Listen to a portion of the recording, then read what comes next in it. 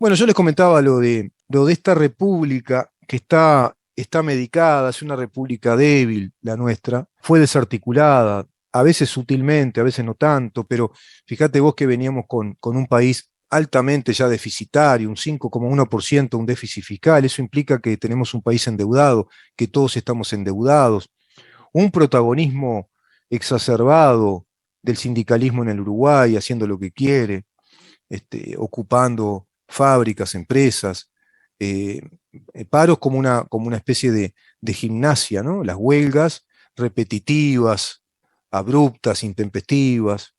Y bueno, las argumentaciones, después puntualmente vas a cada una de las argumentaciones de esas reivindicaciones sindicales. Pero el panorama general te muestra un país minado de huelgas, de paros, de ocupaciones, un déficit fiscal tremendo, un Estado muy grande en su actividad pública y una actividad privada subsumida, subyugada, constreñida o castigada, si vos querés, por esa hiperactividad pública que es esa burocracia presupuestada multimillonariamente, dándonos el lujo los uruguayos de tener un presupuesto multimillonario en las actividades administrativas y públicas del Estado y no desarrollando un país productivo, un país que vaya rumbo a una economía de industrialización y una cultura del trabajo.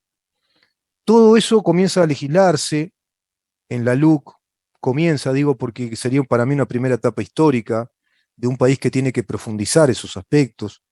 Por ejemplo, que comulguen los derechos que tienen la misma jerarquía, porque somos todos iguales ante la ley, tienen tanto derecho a hacer huelga los que están convencidos de llevar a cabo esa medida, te repito, totalmente lícita, constitucional y necesaria incluso, el derecho de la huelga, el derecho sindical, pero también tienen el mismo derecho aquellos que no adhieren a la huelga y que estiman, ponderan o evalúan que no es conveniente y quieren seguir trabajando, y a su vez también tienen el mismo derecho aquellos que son propietarios de esa fuente de trabajo, los que están dando ese trabajo, los que le permiten a esos trabajadores que tengan un sustento, un salario y puedan así solventar a sus familias.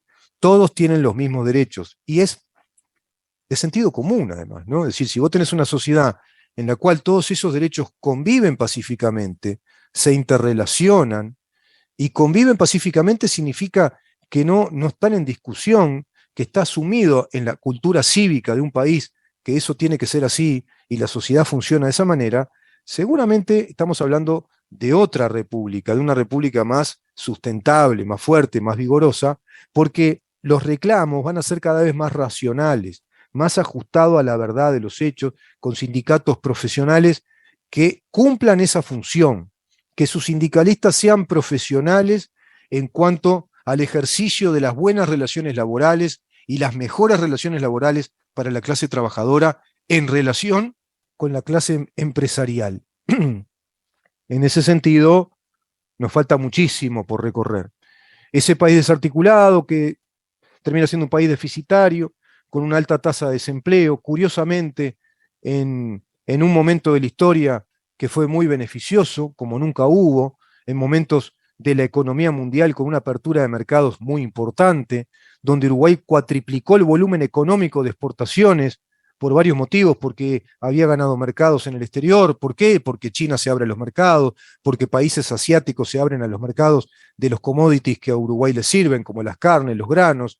Esos commodities están al alza durante muchos años, eso también implicaba mucho más ingreso, más divisas, exportaciones realmente multimillonarias, y Uruguay, ves que al cabo de esos años, en ese proceso, no invirtió en infraestructura, no crecimos como país, no se modernizó, no tenemos una gran infraestructura en carreteras, en los puertos, en caminería en el interior del país. No tenemos una buena conectividad de fibra óptica en todo el país, por ejemplo. No tenemos infraestructura en los liceos, en las escuelas. No hay un país que haya modificado acorde a ese crecimiento económico coyuntural y que lo haya capitalizado en un crecimiento estructural, patrimonial estructural, con posibilidad de un crecimiento económico estructural, no coyuntural. Nos quedamos con la economía primarizada, con esa economía de venta de la materia prima, con el valor agregado de que es de alta calidad, y lo vimos este año a través del ciclo que hicimos con INIA, es decir, estamos realmente a la vanguardia, sí, pero estamos hablando siempre de una cadena económica primarizada, de la venta de carne, de la venta de distintas carnes, de la venta de granos, pero no es un país que haya desarrollado industrialización, que haya desarrollado un sector industrial importante. Ahora vienen inversiones. Estamos viendo que hay una andanada de inversiones en el país. ¿Por qué? Porque hay otras señales, hay otros signos de este gobierno, de apertura a los mercados, de apertura al mercado interno, de fortalecerlo gradualmente, de ir limando o achicando o cortando gorduras del Estado. De 3 vacantes quedarán 2, es decir, cuando se van jubilando los que integran la administración pública, este gobierno plantea legalmente que ingresen 2 por cada 3 jubilados, es decir, para ir achicando esa gordura burocrática. Es gradual, ¿viste? Es muy gradual, es muy dosificado, es muy, como te decía hoy, un medicamento como de emergencia. De ahí también lo de la ley de urgente consideración. Había que rápidamente sacar del CTI a un país que, bueno, estaba muy mal y sigue estando mal. Y después, por si fuera poco, viene la pandemia. Bueno, esa es la república que estamos teniendo. ¿Deficiente? Y sí, analizá todo el contexto y te vas a dar cuenta que no hay lógica para otra cosa, que no puede haber otro resultado. En la lógica de los hechos, en la lógica del desastroso gobierno anterior, que deja todos esos malos números, con un 10,1% de desempleo, con 500.000 personas que viven de los subsidios del Estado, y que no son los trabajadores, ¿eh? Tenemos casi 400.000 empleados públicos, 384.000, una cosa así. Agregarle las empresas que trabajan para el Estado.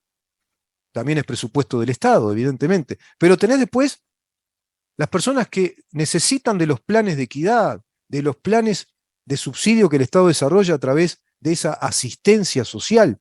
Y eso no cambió, se profundizó. Ese es un signo claro de que Uruguay no desarrolló nuevos empleos, que no desarrolló nuevas fuentes laborales, y ahí obedece a un esquema económico, a una teoría económica aplicada en los gobiernos del Frente Amplio que fracasó. El pueblo uruguayo se dio cuenta afortunadamente, y votó por un cambio, y te digo así porque fue raspando en segunda vuelta por 37.000 votos que le dieron la carta de confianza, 37.000 personas por encima del resto, para que este gobierno emprendiera este camino. Y en la primera vuelta de ese balotaje, bueno, se les dio el 54% de protagonismo en el Poder Legislativo para elaborar leyes. Dentro de esa potestad de elaboración de leyes, de ese cometido que la Constitución establece para el Poder Legislativo, el pueblo uruguayo le dijo en un 54% que legisle este gobierno. Y ahí surgió la LUC. Y hoy la LUC está cuestionada por los que no fueron elegidos para legislar en este periodo de gobierno. Por eso te hablaba de una república débil, con un medicamento débil, que a su vez se discute si se le tiene que aplicar o no a esta señora enferma que es la República Oriental del Uruguay. Nos vemos mañana, seguimos con estos temas y con otros a partir de las 10 de la mañana para saber en dónde estamos. Chau.